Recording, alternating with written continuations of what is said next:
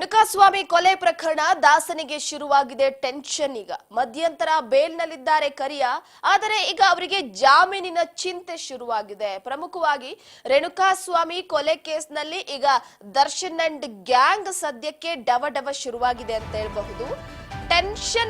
ಇದರ ಟೆನ್ಷನ್ ನಡುವೆ ಮಧ್ಯಂತರ ಬೇಲ್ ವಿಚಾರಕ್ಕೆ ಸಂಬಂಧಪಟ್ಟಂತೆ ಜಾಮೀನಿನ ಚಿಂತೆ ಈಗ ಶುರುವಾಗಿರುವಂತದ್ದು. ಈಗಾಗಲೇ ಪ್ರತಿ ಬಾರಿಯೂ ಕೂಡ ಜಾಮೀನು ಅರ್ಜಿ ಮುಂದೂಡಿಕೆ ಆಗ್ತಾನೆ ಬರ್ತಿದೆ. ಚಂದನವನದ ಸ್ಟಾರ್ಗೆ ಈಗ ಬೇಲ್ ರದ್ದತಿಯ ಭಯ ಶುರುವಾಗಿದೆ. ಹಾಗಿದ್ರೆ ಜೈಲಾ ಬೇಲಾ ಅನ್ನುವಂತಹ ವಿಚಾರಕ್ಕೆ ಸಂಬಂಧಪಟ್ಟಂತೆ ಚಕ್ರವರ್ತಿಯ ಹಾರ್ಟ್ ಬೀಟ್ ಕೂಡ ಜೋರಾಗಿದೆ. ಕೋರ್ಟ್ನಲ್ಲಿಂದು ದರ್ಶನ್ ಸೇರಿ 6 ಜನರ ಅರ್ಜಿಯನ್ನ ವಿಚಾರಣೆ ನಡೆಸಲಾಗುತ್ತೆ. ಈ ಅರ್ಜಿಯಲ್ಲಿ ಪ್ರಮುಖವಾಗಿ ರೆಗ್ಯುಲರ್ ಜಾಮೀನು ಕುರಿತು ವಾದ ಹಾಗೆ ಪ್ರತಿವಾದ ನಡೆಯಲಿದೆ. ದರ್ಶನ್ ಅವರು ಶಸ್ತ್ರಚಿಕಿತ್ಸೆಯ ವಿಚಾರಕ್ಕೆ ಸಂಬಂಧಪಟ್ಟಂತೆ ತಾತ್ಕಾಲಿಕ ಬೇಲ್ನಲ್ಲಿ ಹೊರ ಇದ್ದಾರೆ. ಇಂತಹ ಸಂದರ್ಭದಲ್ಲಿ ರೆಗ್ಯುಲರ್ ಜಾಮೀನು ಕುರಿತು ವಾದ ಪ್ರತಿವಾದವನ್ನ ನಡೆಸಲಿದ್ದಾರೆ. ರೇಣುಕಾಸ್ವಾಮಿಯ ಕೊಲೆ ಕೇಸ್ನಿಂದ ದರ್ಶನ್ ಅವರಿಗೆ ಸಂಕಷ್ಟ ತಪ್ಪುವ ಹಾಗೆ ಕಾಣಿಸ್ತಾ ಇಲ್ಲ. ಮಧ್ಯಂತರ ಬೇಲ್ನಲ್ಲಿದ್ದಾರೆ. ಆ ಬೇಲ್ ಇನ್ನೇನು ಮುಗಿಯುವ ಅವಧಿ ಕೂಡ ಹತ್ರ ಬಂದಿದೆ. 6 ವಾರಗಳ ಕಾಲ ಅವರ ಆರೋಗ್ಯದ ವಿಚಾರವಾಗಿ ಶಸ್ತ್ರಚಿಕಿತ್ಸೆಯ ವಿಚಾರಕ್ಕೆ ಸಂಬಂಧಪಟ್ಟಂತೆ ಒಂದು ಕಡೆ ಮಧ್ಯಂತರ ಜಾಮೀನನ್ನ ನೀಡಲಾಗಿತ್ತು.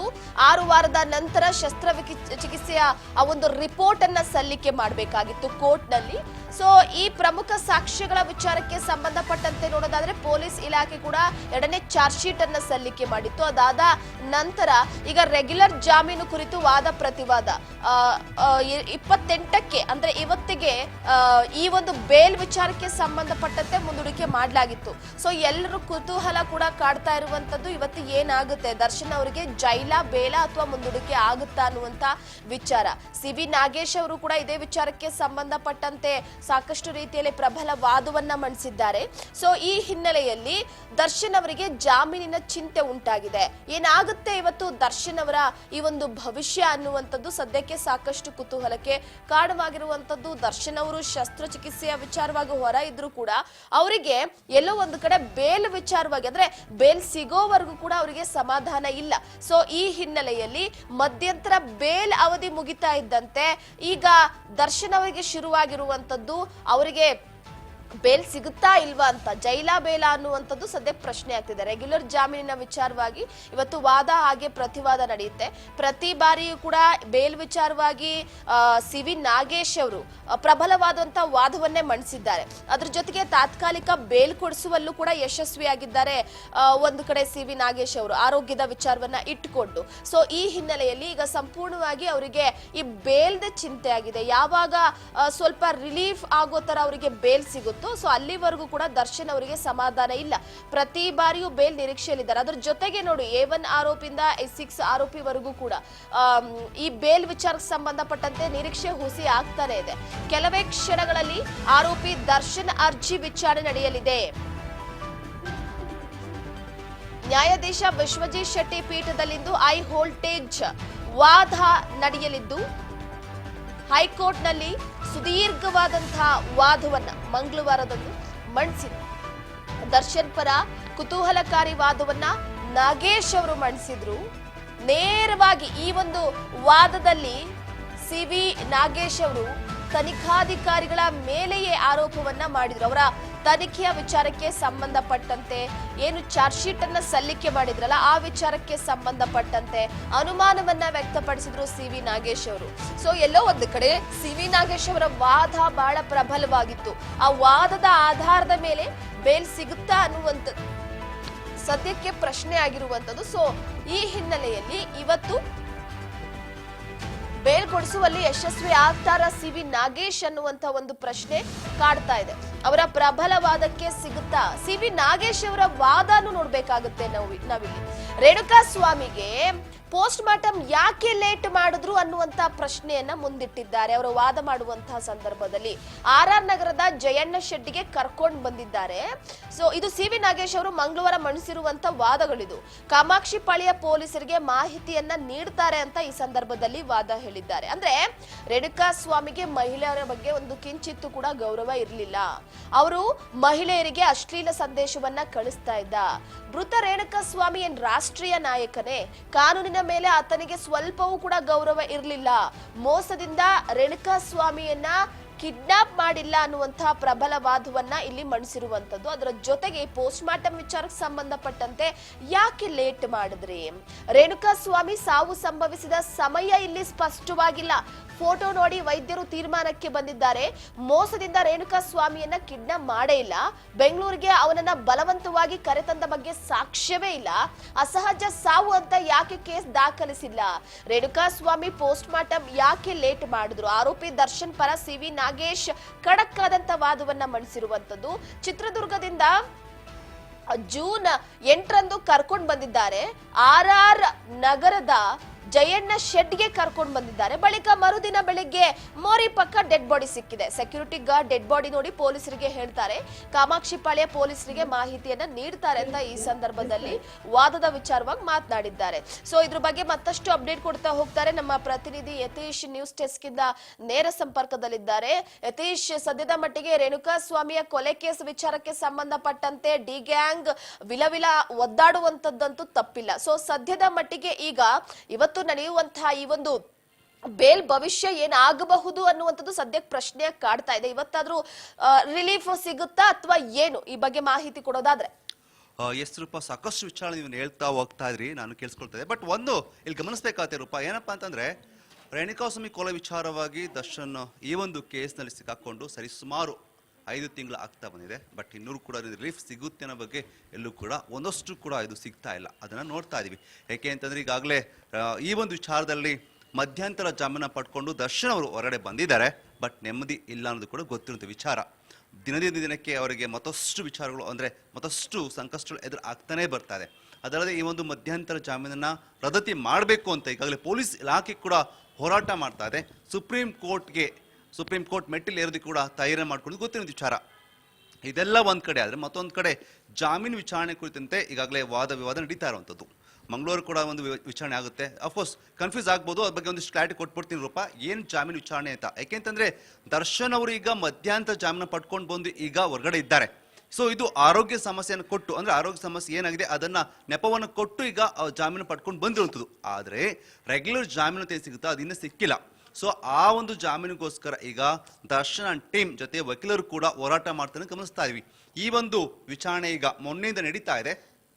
ಮಂಗಳವಾರ ಈ ಒಂದು ವಿಚಾರಣೆಯನ್ನ ಹೈಕೋರ್ಟ್ ನಲ್ಲಿ ಕೈಗೆತ್ಕೊಂಡಿರುವಂಥದ್ದು. ಸೊ ಇಲ್ಲಿ ಸಾಕಷ್ಟು ವಾದ ವಿವಾದಗಳು ನಡೀತಾ ಇರೋದನ್ನ ನಾವು ಗಮನಿಸಬೇಕಾಗುತ್ತೆ. ಅಂದ್ರೆ ಏನೆಲ್ಲ ವಿಚಾರಣೆ ಇಟ್ಕೊಂಡು CV ನಾಗೇಶ್ ಅವರು ಈಗ ಕೇಸ್ ಅದೇ ನಾವು ಹೇಳ್ತಿದ್ದ ಹಾಗೇನೆ ಈಗಾಗಲೇ ಏನಂತಂದ್ರೆ ರೇಣುಕಾ ಸ್ವಾಮಿ ವಿಚಾರಣೆಯಲ್ಲಿ ಈಗ ಅಂದ್ರೆ ರೆಗ್ಯುಲರ್ ಬೇಲ್ ವಿಚಾರ ಕುರಿತಂತೆ ಈಗ ಈ ಒಂದು ಏನು ಒಂದಷ್ಟು ನಡೀತಾ ಇರುವಂಥದ್ದು. ಈಗ ಜಾಮೀನು ವಿಚಾರಣೆ ನಡೀತಾ ಇದೆ, ಹೈಕೋರ್ಟ್ ನಲ್ಲಿ ನಡೀತಾ ಇರುವಂಥದ್ದು. ಬಟ್ ಇಲ್ಲಿ ಕೂಡ ಸಾಕಷ್ಟು ವಾದ ವಿವಾದ ಮಾಡ್ತಾ ಇದ್ದಾರೆ. ಅಂದ್ರೆ ಏನೆಲ್ಲ ತಪ್ಪುಗಳು ಆಗಿದೆ ಅದನ್ನ ಎತ್ತಿ ಹಿಡಿಯುವಂತ ಕೆಲಸವನ್ನ ದರ್ಶನ್ ಅವರು ವಕೀಲರಾದಂತಹ CV ನಾಗೇಶ್ ಅವರು ಮಾಡಿದ್ದನ್ನು ಗಮನಿಸಬೇಕಾಗುತ್ತೆ. ಏಕೆ ಅಂತಂದ್ರೆ ಇಲ್ಲಿ ಅವರು ಒಂದು ಮಾತನ್ನ ಹೇಳ್ತಾರೆ. ಅಂದ್ರೆ ರೇಣುಕಾ ಸ್ವಾಮಿಗೆ ಒಂದು ಪಾಯಿಂಟ್ ಔಟ್ ಮಾಡಿ ಹೇಳೋದನ್ನ ನೋಡ್ತೀವಿ. ಆತನ ರಾಷ್ಟ್ರೀಯ ನಾಯಕನ, ಯಾಕೆ ಆತನಿಗೆ ಇಷ್ಟೊಂದು ಪ್ರಚಾರವನ್ನು ಕೊಡ್ತಾ ಇದ್ದೀರಾ? ಆತ ಒಬ್ಬ ಅಂದ್ರೆ ಹೆಣ್ಣು ಮಕ್ಕಳಿಗೆ ಅಗೌರವ ಕೊಡುವಂತ ವ್ಯಕ್ತಿ, ಆತ ಕಾನೂನಿಗೆ ಅಗೌರವ ಕೊಡುವಂತ ವ್ಯಕ್ತಿಯಾಗಿದ್ದಾನೆ. ಸೊ ಅವನಿಗೆ ಯಾಕೆ ಇಷ್ಟೊಂದು ನೀವು ಒಂದಷ್ಟು ತನಗೆ ಮೆರೆಸ್ತಾ ಇದ್ದೀರ ಅನ್ನೋ ಮಾತನ್ನ ಅವರು ಕೇಳ್ತಾ ಇರುವಂಥದ್ದು. ಅಲ್ಲದೆ ಈ ಒಂದು ಕೊಲೆ ವಿಚಾರದಲ್ಲಿ ಸಾಕಷ್ಟು ನ್ಯೂನತೆಗಳು ಇದ್ದಾವೆ. ಬೇಕು ಅಂತಲೇ ನಮ್ಮ ಅರ್ಜಿದಾರನ ಅಂದ್ರೆ ದರ್ಶನ ಸಿಕ್ಕಾಕ್ಸುವಂತ ಕೆಲಸವನ್ನ ಪೊಲೀಸ್ ಇಲಾಖೆ ಮಾಡಿದೆ. ಅಂದ್ರೆ ತನಿಖಾಧಿಕಾರಿ ಬಗ್ಗೆ ಈ ಬಗ್ಗೆ ಅವರು ಏನು ನೇರವಾಗಿ ಆರೋಪ ಮಾಡಿದ್ದನ್ನ ನೋಡ್ತಾ ಇದೀವಿ. ಅಲ್ಲದೆ ಮತ್ತೊಂದು ಗಮನಿಸಬೇಕಾಗತ್ತೆ. ಸೊ ಇಲ್ಲಿ CV ನಾಗೇಶ್ ಅವರು ಬಹುದೊಡ್ಡದಾಗಿ ವಾದ ಮಾಡ್ತಿರೋದು, ಯಾವುದೇ ಕಾರಣಕ್ಕೂ ಕೂಡ ದರ್ಶನ್ ಅಂಡ್ ಗ್ಯಾಂಗ್ ಅವರನ್ನ ಕಿಡ್ನಾಪ್ ಮಾಡಿಲ್ಲ, ರೇಣುಕಾಸ್ವಾಮಿಯನ್ನ ಕರ್ಕೊಂಡು ಬರ್ಬೇಕಾದ್ರೆ ಕಿಡ್ನಾಪ್ ಆಗಿದೆ ಅಂತ ಎಲ್ಲೂ ಕೂಡ ಸಾಕ್ಷಿ ಉಲ್ಲೇಖ ಆಗಿಲ್ಲ ಅನ್ನೋ ಮಾತನ್ನ ಹೇಳ್ತಾರೆ. ಸೊ ಇದು ಬಹುದೊಡ್ಡ ಸಾಕ್ಷಿ ನಿಂತ್ಕೊಳ್ಳುತ್ತೆ ಅನ್ನೋದನ್ನ ನಾವು ಗಮನಿಸಬೇಕಾಗುತ್ತೆ. ಯಾಕೆಂದ್ರೆ ಇಲ್ಲಿಗೂ ಕೂಡ ದರ್ಶನ್ ಅವರು ರೇಣುಕಾಸ್ವಾಮಿಯನ್ನ ಕಿಡ್ನಾಪ್ ಮಾಡ್ಕೊಂಡು ಕರ್ಕೊಂಡ್ ಬಂದಿದ್ದಾರೆ. ಅವರ ಟೀಮ್ ಏನಿದೆ ಅವ್ರನ್ನ ಕಿಡ್ನಾಪ್ ಮಾಡೋದಕ್ಕೆ ಬಹುದೊಡ್ಡ ಪ್ಲಾನ್ ಮಾಡ್ಕೊಂಡಿತ್ತು, ದೊಡ್ಡ ಬಲೆನೇ ಬೀಸಿತ್ತು. ಹಾಗಾಗಿ ಆತನ ಕಿಡ್ನಾಪ್ ಮಾಡ್ಕೊಂಡು ಬಂದಿದ್ದಾರೆ. ಕಿಡ್ನಾಪ್ ಮಾಡ್ಕೊಂಡು ಬಂದು ಆತನ ಕೊಲೆ ಮಾಡಿದ್ದಾರೆ. ಕೊಲೆ ಮಾಡಿದ ಬಳಿಕ ಆತನನ್ನ ಅಂದ್ರೆ ಸಿಗಬಾರ್ದು ಅನ್ನೋದಕ್ಕೋಸ್ಕರ ಶವವನ್ನು ಬೇರೆ ಕಡೆ ಎಸ್ತಿದ್ದಾರೆ. ಅಲ್ಲದೆ ಈ ಕೇಸಿನ ತಪ್ಪಿಸ್ಕೊಳ್ಳೋದಕ್ಕೆ ಬೇರೆಯವರನ್ನ ಈ ಒಂದು ಕೇಸ್ನಲ್ಲಿ ತಗ್ಲಾಕ್ಸ್ಬೇಕು ಅಂತ ಹೋರಾಟ ಮಾಡಿದ್ದಾರೆ. ಇದೆಲ್ಲ ಸುದ್ದಿ ಆಗಿತ್ತು. ಅದನ್ನ ಪ್ರತಿಯೊಂದು ಕೂಡ ಇಂಚಿಂಚಾಗಿ ಹೇಳ್ಕೊ ಬರ್ತಿದ್ದನ್ನ ನಾವು ನೋಡ್ತಾ ಇದೀವಿ. ಸೊ ಮೊದಲನೇದಾಗಿ ಅವ್ರು ಹೇಳ್ತಿರೋಂಥ ವಾದ, ರೇಣುಕಾಸ್ವಾಮಿ ಆತ ಒಬ್ಬ ಒಳ್ಳೆ ವ್ಯಕ್ತಿ ಅಲ್ಲ ಅಥವಾ ರಾಷ್ಟ್ರೀಯ ನಾಯಕನಲ್ಲ, ಅವನೇನು ಮಹಾನ್ ಕಾರ್ಯ ಮಾಡಿ ಸತ್ತೋಗಿಲ್ಲ ಅನ್ನೋ ಮಾತನ್ನ ಫಸ್ಟ್ನಾಗಿ ಪಾಯಿಂಟ್ ಔಟ್ ಮಾಡಿರೋದು. ಆತ ಒಬ್ಬ ಹೆಣ್ಣಿನ ಮೇಲೆ ಅಘೋರ ತರುವಂಥ ವ್ಯಕ್ತಿ ಆಗಿದ್ದಾನೆ, ಕೆಟ್ಟ ಕೆಟ್ಟ ಮೆಸೇಜ್ ಮಾಡುವಂತಹ ಕಾಮುಕ ಆಗಿದ್ದಾನೆ ಅನ್ನೋ ಮಾತನ್ನ ಹೇಳಿದ್ದಾರೆ. ಅದಷ್ಟೇ ಅಲ್ಲದೆ ಆತ ಯಾವುದೇ ಕಾರಣ ಕೂಡ ಅಂದ್ರೆ ಕಾನೂನಿಗೆ ಗೌರವವನ್ನು ಕೊಡ್ತಿಲ್ಲ. ಹಾಗಾಗಿ ಕಾನೂನು ಕೂಡ ಆತನ ಬಗ್ಗೆ ಅಂದ್ರೆ ಆ ಮಟ್ಟಿನ ಅಭಿಪ್ರಾಯ ಇಟ್ಕೊಳ್ಬಾರ್ದು ಅನ್ನೋ ಮಾತನ್ನ ಕೂಡ ವಾದದಲ್ಲಿ ಮಂಡಿಸಿದ್ರಂಥದ್ದು. ಸೊ ಇದು ಒಂದು ಪಾಯಿಂಟ್. ಆದ್ರೆ ಮತ್ತೊಂದು ಈಗಾಗಲೇ ಹೇಳಿದಂತೆ ಕಿಡ್ನಾಪ್ ಬಗ್ಗೆ ನಾನು ಹೇಳ್ತಾ ಇದೆ. ಸೊ ಕಿಡ್ನಾಪ್ ಅನ್ನ ಯಾವುದೇ ಕಾರಣಕ್ಕೂ ಮಾಡಿಲ್ಲ, ಅದಕ್ಕೆ ಸಾಕ್ಷಿಗಳು ಇಲ್ಲ ಅನ್ನೋದನ್ನ ಹೇಳ್ತಾ ಹೋಗ್ತಾರೆ. ಜೊತೆಗೆ ರೂಪ ಇಲ್ಲೊಂದು ಗಮನಿಸಬೇಕಾಗತ್ತೆ, ಈ ಒಂದು ತನಿಖೆ ಮಾಡಬೇಕಾದ್ರೆ ಪೊಲೀಸ್ನವರು ಕೂಡ ಸಾಕಷ್ಟು ಎಡವಟ್ಟನ್ನು ಮಾಡಿಕೊಂಡಿದ್ದಾರೆ. ಸೊ ಇಲ್ಲಿ ದರ್ಶನ ತಗ್ಲಾಕುವಂತ ಕೆಲಸವನ್ನ ಮಾಡಿದ್ದಾರೆ ಅನ್ನೋ ಮಾತನ್ನ ಸಿ.ವಿ. ನಾಗೇಶ್ವರ್ ಹೇಳಿರುವಂಥದ್ದು. ಯಾಕೆ ಅಂತಂದ್ರೆ ಇಲ್ಲಿ ಆ ಒಂದು ಕೊಲೆಯನ್ನ ನೀವು ಯಾಕೆ ಅದನ್ನ ಅಸಹಜ ಕೊಲೆ ಅಂತ ನೀವು ಫಸ್ಟ್ ನೀವು ಮಾಡಿಲ್ಲ, ಯಾಕೆ ನೀವು ಕೊಲೆ ಅಂತ ತೆಗೆದುಕೊಂಡಿದ್ದೀರಾ ಅನ್ನೋ ಪ್ರಶ್ನೆಯನ್ನ ಮಾಡಿದ್ದಾರೆ. ಅದು ಅಲ್ಲದೆ ಯಾಕೆ ನೀವು ಅಂದ್ರೆ ಆ ಕೊಲೆಯಾದ ಸಮಯವನ್ನ ಯಾರು ಕೂಡ ನಿಗದಿ ಮಾಡ್ತಾ ಇಲ್ಲ, ನೀವು ಡಾಕ್ಟರ್ ಏನು ಹೇಳ್ತೀರಾ ಆ ಒಂದು ಸಮಯದ ಮೇಲೆ ಆಧಾರದ ಮೇಲೆ ನೀವು ತನಿಖೆ ಮಾಡ್ತಾ ಇದ್ದೀರಾ ಅನ್ನೋ ಪಾಯಿಂಟ್ ಔಟ್ ಕೂಡ ಮಾಡಿರುವಂಥದ್ದು. ಅಲ್ಲೇ ಪೋಸ್ಟ್ ಮಾರ್ಟಮ್ ಯಾಕೆ ಲೇಟ್ ಆಯ್ತು ಅನ್ನೋದನ್ನು ಕೂಡ ಪ್ರಶ್ನೆ ಮಾಡಿ ಕೇಳ್ತಾ ಇದ್ದಾರೆ. ಸೊ ಇದೆಲ್ಲ ಪ್ರಶ್ನೆ ಇಟ್ಕೊಂಡು ಈಗ ವಾದವನ್ನು ಮಂಡಿಸ್ತಾ ಇದ್ದಾರೆ. ಸೊ ಈ ವಾದವನ್ನು ಇಟ್ಕೊಂಡು ಈಗ ಜಾಮೀನನ್ನು ಕೇಳ್ತಾ ಇದ್ದಾರೆ. ಅಲ್ಲದೆ ನಮ್ಮ ಕಕ್ಷಿದಾರಂತ ದರ್ಶನ್ ಯಾವುದೇ ಕಾರಣ ಕೂಡ ಈ ಕೊಲೆ ಕೇಸಲ್ಲಿ ಇಲ್ಲ ಅಂತದ್ದು, ಆತ ನಿಜಕ್ಕೂ ಕೂಡ ಅಪರಾಧಿ ಅಲ್ಲ, ನಿರಪರಾಧಿ ಅನ್ನೋ ಮಾತನ್ನ ಕೂಡ ಹೇಳ್ತಾ ಇದ್ದಾರೆ. ಸೊ ಇವೆಲ್ಲ ಪಾಯಿಂಟ್ಸ್ ಇಟ್ಕೊಂಡು ಈಗ ವಾದ ವಿವಾದ ನಡೀತಾ ಇರುವಂಥದ್ದು ರೂಪ. ಹಾಗಾಗಿ ಮಂಗಳವಾರ ಈ ಒಂದು ವಾದ ವಿವಾದ ನಡೆಯಿತು, ಇವತ್ತು ಅದನ್ನು ಮುಂದುವರಿಸಿದ್ದಾರೆ.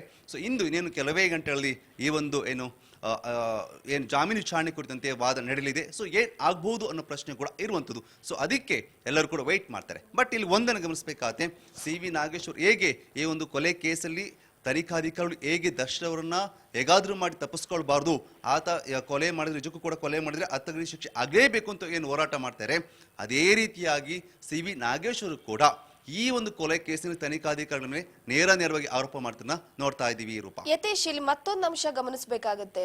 ಸಿ.ವಿ. ನಾಗೇಶ್ ಅವರು ಎಷ್ಟೇ ಪ್ರಬಲವಾದಂತಹ ವಾದವನ್ನ ಮಂಡಿಸಿದ್ರು ಕೂಡ ಪ್ರಸನ್ನ ಕುಮಾರ್ ಅವರವರು ಯಾವುದೇ ಕಾರಣಕ್ಕೂ ಕೂಡ ಅಂದ್ರೆ SPP ಯಾವುದೇ ಕಾರಣಕ್ಕೂ ಕೂಡ ಬೇಲ್ ಸಿಗಬಾರ್ದು ಅಂತ ಕಟ್ಟು ಹಾಕುವ ಪ್ರಯತ್ನವನ್ನೇ ಕೂಡ ಮಾಡ್ತಿದ್ದಾರೆ. ತಾತ್ಕಾಲಿಕ ಬೇಲ್ ವಿಚಾರಕ್ಕೂ ಸಂಬಂಧಪಟ್ಟಂತೆ ಪ್ರಶ್ನೆ ಮಾಡಿದ್ದಾರೆ. ಅವರ ಶಸ್ತ್ರಚಿಕಿತ್ಸೆ ವಿಚಾರವಾಗಿ ನಮಗೆ ರಿಪೋರ್ಟ್ ಕೊಡಬೇಕು, ರಿಪೋರ್ಟ್ ಬೇಕು ಅನ್ನೋ ವಿಚಾರವಾಗಿ. ಅಕಸ್ಮಾತ್ ಏನಾದ್ರೂ ದರ್ಶನ್ ಅವರ ಬೇಲ್ ವಜಾ ಆಗ್ಲಿಲ್ಲ ಅಂತಂದ್ರೆ ನಾವು ಸುಪ್ರೀಂ ಕೋರ್ಟ್ ಹೋಗೋಕ್ಕೂ ರೆಡಿ ಅಂತ ಪೊಲೀಸ್ ಇಲಾಖೆ ಕೂಡ ಒಂದು ಕಡೆ ಗೃಹ ಸಚಿವರ ಪರ್ಮಿಷನ್ ಅನ್ನು ತೆಗೆದುಕೊಂಡಿದೆ. ಸೊ ಒಟ್ಟಾರೆಯಾಗಿ ಒಂದು SPP ಹಾಗೆ ಪೊಲೀಸ್ ಇಲಾಖೆ ದರ್ಶನ್ ಅವರಿಗೆ ಶಿಕ್ಷೆ ಕೊಡಿಸಲೇಬೇಕು ಅಂತ ಎಲ್ಲ ಒಂದು ಕಡೆ ಪಡತೊಟ್ಟು ನಿಂತಂತ ಕಾಣಿಸ್ತಿದೆ ಅಂತ. Yes, of course. ಯಾಕೆ ಅಂತಂದ್ರೆ ಪ್ರತಿ ಬಾರಿ ಪೊಲೀಸ್ ಇಲಾಖೆ ಹೇಳ್ಕೊಂಡ್ ಬರ್ತಿರುವಂತದ್ದು ಇದು ಐ ಪ್ರೊಫೈಲ್ ಕೊಲೆ ಕೇಸ್ ಅನ್ನೋ ಮಾತನ್ನ ಮೆನ್ಷನ್ ಮಾಡ್ಕೊಂಡು ಬರ್ತಾನೆ ಇದೆ. ಯಾಕೆ ಅಂತಂದ್ರೆ ರೇಣುಕಾಸ್ವಾಮಿ ಒಬ್ಬ ಸಾಮಾನ್ಯ ವ್ಯಕ್ತಿ ಆಗಿರ್ಬೋದು, ಆದ್ರೆ ಆತನ ಸಾವಿಗೆ ಕಾರಣ ಇವರೆಲ್ಲರೂ ಕೂಡ ಐ ಪ್ರೊಫೈಲ್ ಇರುವಂತ ವ್ಯಕ್ತಿಗಳು ಅನ್ನೋ ಮಾತನ್ನ ಪೊಲೀಸ್ ಇಲಾಖೆ ಇವತ್ತು ಕೂಡ ವಾದವನ್ನ ಮಾಡ್ಕೊಂಡು ಬರ್ತಾ ಇದೆ. ಒಂದು ವೇಳೆ ಅವ್ರು ಏನಾದ್ರೂ ಜೈಲಿಂದ ಆಚೆ ಬಂದ್ರೆ, ಜಾಮೀನನ್ನು ಕೊಟ್ರೆ ಖಂಡಿತವಾಗಿ ಕೂಡ ಕೇಸ್ ತಳ ಹಿಡಿಯುತ್ತೆ, ಅವರು ಕೇಸನ್ನು ತಪ್ಪಿಸ್ಕೊಳ್ತಾರೆ ಅನ್ನೋ ಒಂದು ಮಾತನ್ನ ಪೊಲೀಸ್ ಇಲಾಖೆ ಪ್ರತಿ ಬಾರಿ ವಾದ ಮಾಡ್ಕೊಂಡು ಬರ್ತಾರೆ. ಆದ್ರೂ ಕೂಡ ನೀವು ದರ್ಶನ್ ಅವ್ರಿಗೆ ಬಿಟ್ಟರೆ ಬೇರೆ ಅಂದರೆ A1 ಆರೋಪಿ ಇರುವಂಥ ಪವಿತ್ರಗೌಡಿಗೆ ಎಲ್ಲರೂ ಕೂಡ ಅವ್ರಿಗೆ ಜಾಮೀನು ಸಿಕ್ಕಿಲ್ಲ ಅಂತ ನೋಡ್ತಾ ಇದ್ರೆ. ಅದ್ರ ಜೊತೆಗೆ ಏನು A4, A5, A6 ಆರೋಪಿಗಳು ಏನಿದ್ದಾರೆ, ದರ್ಶನ್ ಮತ್ತು ಪವಿತ್ರಗೌಡಿಗೆ ತುಂಬ ಆಪ್ತರು ಆಗಿರುವಂಥ ಒಂದಷ್ಟು ವ್ಯಕ್ತಿಗಳೇನಿದ್ದಾರೆ ಅವರೂ ಕೂಡ ಇನ್ನು ಜಾಮೀನು ಸಿಕ್ಕಿಲ್ಲ, ಅವರು ಕೂಡ ಜಾಮೀನು ಕೊಡಬಾರ್ದು ಅಂತ ವಾದ ನಡೀತಾ ಇದೆ. ಸೊ ಅಲ್ಲಿ ಸೆಷನ್ ಕೋರ್ಟಲ್ಲಿ ಸಿಗದಕ್ಕೆ ಅವರು ಕೂಡ ಹೈಕೋರ್ಟ್ ಹಾಕಿಕೊಳ್ಳುವಂಥ ಕೆಲಸವನ್ನ ಮಾಡ್ತಾ ಇದ್ದಾರೆ. ಸೊ ಆದರೆ ದರ್ಶನ್ಗೆ ಸಿಗೋದಕ್ಕೆ ಕಾರಣ ಅಂದರೆ A2 ಆರೋಪಿ ದರ್ಶನ್ಗೆ ಈ ಒಂದು ಜಾಮೀನು ಸಿಗೋದಕ್ಕೆ ಕಾರಣವಾಗಿದ್ದು ಅವರ ಆರೋಗ್ಯ ಸಮಸ್ಯೆ ಅನ್ನೋದನ್ನ ಇಲ್ಲಿ ಮೆನ್ಷನ್ ಮಾಡಬೇಕಾಗುತ್ತೆ. ಏಕೆಂದ್ರೆ ಸಾಕಷ್ಟು ದಿನಗಳಿಂದ ಸೊಂಟದ ನೋವಿಂದ ಬಳಲ್ತಾ ಇದ್ರು. L1, L5 ನಲ್ಲಿ ಉರಿಯೂತ ಕಾಣಿಸ್ಕೊಳ್ತಾ ಇತ್ತು. ಹಾಗಾಗಿ ಸ್ಮಾಲ್ ಆಪರೇಷನ್ ಆಗಬೇಕು ಅನ್ನೋ ಮಾತನ್ನ ವಿಮ್ಸ್ ವೈದ್ಯ ಅಧಿಕಾರಿಗಳು ಹೇಳಿದ್ರು. ಹಾಗಾಗಿ ಅವರಿಗೆ ಮಧ್ಯಂತರ ಜಾಮೀನನ್ನು ಕೊಟ್ಟು, ಅಂದರೆ 45 ದಿನಗಳ ಕಾಲ ಮಧ್ಯಂತರ ಜಾಮೀನನ್ನು ಕೊಟ್ಟು ಅವರಿಗೆ ಚಿಕಿತ್ಸೆನ ಪಡ್ಕೊಳ್ಳೋಕೆ ಅವಕಾಶ ಮಾಡಿಕೊಟ್ಟಿತ್ತು. ಬಟ್ ಅವರಿಗಾಗಲೇ ಏನು ಒಂದು ಖಾಸಗಿ ಆಸ್ಪತ್ರೆಯಲ್ಲಿ ಚಿಕಿತ್ಸೆನ ಪಡ್ಕೊಳ್ತಾರೆ. ಬಟ್ ಎಲ್ಲರಿಗೂ ಕೂಡ ಚಿಕಿತ್ಸೆ ಎಲ್ಲರಿಗೂ ಬಂದಿದೆ, ಏನಾಗ್ತಿದೆ, ಆಪರೇಷನ್ ಏನು ಮಾಡ್ತಾರೆ ಅನ್ನೋ ಬಗ್ಗೆ ಡೀಟೇಲ್ಸನ್ನು ಕೊಡ್ತಿಲ್ಲ. ಅಂದರೆ ಪೊಲೀಸ್ ಅಂದರೆ ಕೋರ್ಟ್ ಅವರಿಗೆ ಒಂದು ರೀತಿಯಾಗಿ ಅಂದರೆ ಜಾಮೀನು ಕೊಟ್ಟಂತಹ ಸಂದರ್ಭದಲ್ಲಿ ಅವ್ರಿಗೊಂದು ಮಾತನ್ನು ಮೆನ್ಷನ್ ಮಾಡುತ್ತೆ, ನೀವು ಪ್ರತಿಯೊಂದನ್ನು ಕೂಡ ಕೋರ್ಟ್ಗೆ ನೀವು ಸಬ್ಮಿಟ್ ಮಾಡ್ತಾ ಇರಬೇಕಾಗುತ್ತೆ, ಏನಾಗ್ತಿದೆ ಏನು ಬಟ್ ಸಬ್ಮಿಟ್ ಮಾಡಬೇಕಾಗುತ್ತೆ ಅನ್ನೋ ಮಾತನಾಡಿತು. ಬಟ್ ಎಲ್ಲರೂ ಕೂಡ ಸಬ್ಮಿಟ್ ಮಾಡಲಿಲ್ಲ ಅನ್ನೋಂಥ ವಿಚಾರಗಳು ಕೇಳಿ ಬರ್ತಾರೆ. ಅದಲ್ಲದೆ ಏನು 45 ಡೇಸ್ ಏನಿತ್ತು, ಈ ಒಂದು ಏನು ಜಾಮೀನನ್ನು ಕೂಡ ವಜಾ ಮಾಡಬೇಕು ಅಂತ ಪೊಲೀಸ್ ಇಲಾಖೆ ಪಣ ತೊಟ್ಟಿದ್ದನ್ನು ನೋಡ್ತಾ ಇದ್ದೀವಿ. ಸೊ ಈ ಕುರಿತಂತೆ ಗೃಹ ಇಲಾಖೆಯಲ್ಲಿ ಏನು ಗೃಹ ಮಂತ್ರಿ ಅವರ ಹತ್ರ ಪರ್ಮಿಷನ್ ಕೂಡ ತೆಗೆದುಕೊಂಡಿದೆ. ಸೊ ಇನ್ನೇನು ಸದ್ಯದಲ್ಲೇ ಕೂಡ ಈ ಒಂದು ಮಧ್ಯಂತರ ಜಾಮೀನು ಅರ್ಜಿಯನ್ನ ರದ್ದತಿಯನ್ನು ಕೋರಿ ಸುಪ್ರೀಂ ಕೋರ್ಟ್ ಮೆಟ್ಟಿಲಿರೋದಕ್ಕೆ ಪೊಲೀಸ್ ಇಲಾಖೆ ಸದ್ಯದಲ್ಲೇ ಕೂಡ ಏನು ಒಂದಷ್ಟು ತಯಾರಿ ಮಾಡ್ಕೊಂಡಿದೆ ಅನ್ನೋ ಮಾತುಗಳು ಕೂಡ ಕೇಳಿ ಬರ್ತಾರೆ. ಬಟ್ ಯಾವಾಗ ಹೋಗ್ತಾರೆ, ಹೇಗೆ ಹೋಗ್ತಾರೆ ಅನ್ನೋದ್ರ ಬಗ್ಗೆ ಇನ್ನಷ್ಟೇ ವಿಚಾರ ನಡೀಬೇಕಿದೆ. ಸೊ ಇಲ್ಲಿ ಇನ್ನೊಂದು ಈ ಒಂದು ಮಧ್ಯಂತರ ಜಾಮೀನು ಅರ್ಜಿನ ಪಡೆಯೋದಕ್ಕೋಸ್ಕರನೇ ಸಾಕಷ್ಟು ಕಷ್ಟಪಟ್ಟಿದ್ದನ್ನ ನೀವು ನೋಡ್ಬೇಕಾಗುತ್ತೆ. ಯಾಕೆಂದ್ರೆ ಸೆಷನ್ ಕೋರ್ಟ್ ಅಲ್ಲಿ ಕೂಡ ಮಧ್ಯಂತರ ಜಾಮೀನು ಕೊಡೋದಕ್ಕೆ ನಿರಾಕರಣೆ ಮಾಡಿತ್ತು. ಆ ಲೆವೆಲ್ನಲ್ಲಿ ಏನು ಸರ್ಕಾರಿ ವಕೀಲರಂತ ಪ್ರಸನ್ನ ಕುಮಾರ್ ಅವರು ಕೂಡ ವಾದವನ್ನು ಮಾಡಿದ್ರು. ತನಿಖಾಧಿಕಾರಿಯ ಪರ ಇದ್ದಂತ ಇವರು ವಕೀಲರು ಆ ಮಟ್ಟಿಗೆ ವಾದವನ್ನು ಮಾಡಿರ್ತಾರೆ. ಹಾಗಾಗಿ ಅಲ್ಲೂ ಕೂಡ ಜಾಮೀನು ಸಿಗೋದು ತುಂಬಾನೇ ಕಷ್ಟ ಆಗಿರುತ್ತೆ. ಸೊ ಬಟ್ ಹೈಕೋರ್ಟ್ನಲ್ಲಿ ಒಂದಷ್ಟು ಏನು ವಿಮ್ಸ್ ಅಧಿಕಾರಿ ಅಂದರೆ ವಿಮ್ಸ್ ಆಸ್ಪತ್ರೆಯ ಡಾಕ್ಟರ್ಸ್ ಏನು ಹೇಳಿದ್ರು, ಅವರ ಒಂದು ಹೇಳಿಕೆಯ ಮೇರೆಗೆ ಅವರಿಗೆ ಮಧ್ಯಂತರ ಜಾಮೀನನ್ನು ಕೊಟ್ಟಿದ್ದಾರೆ.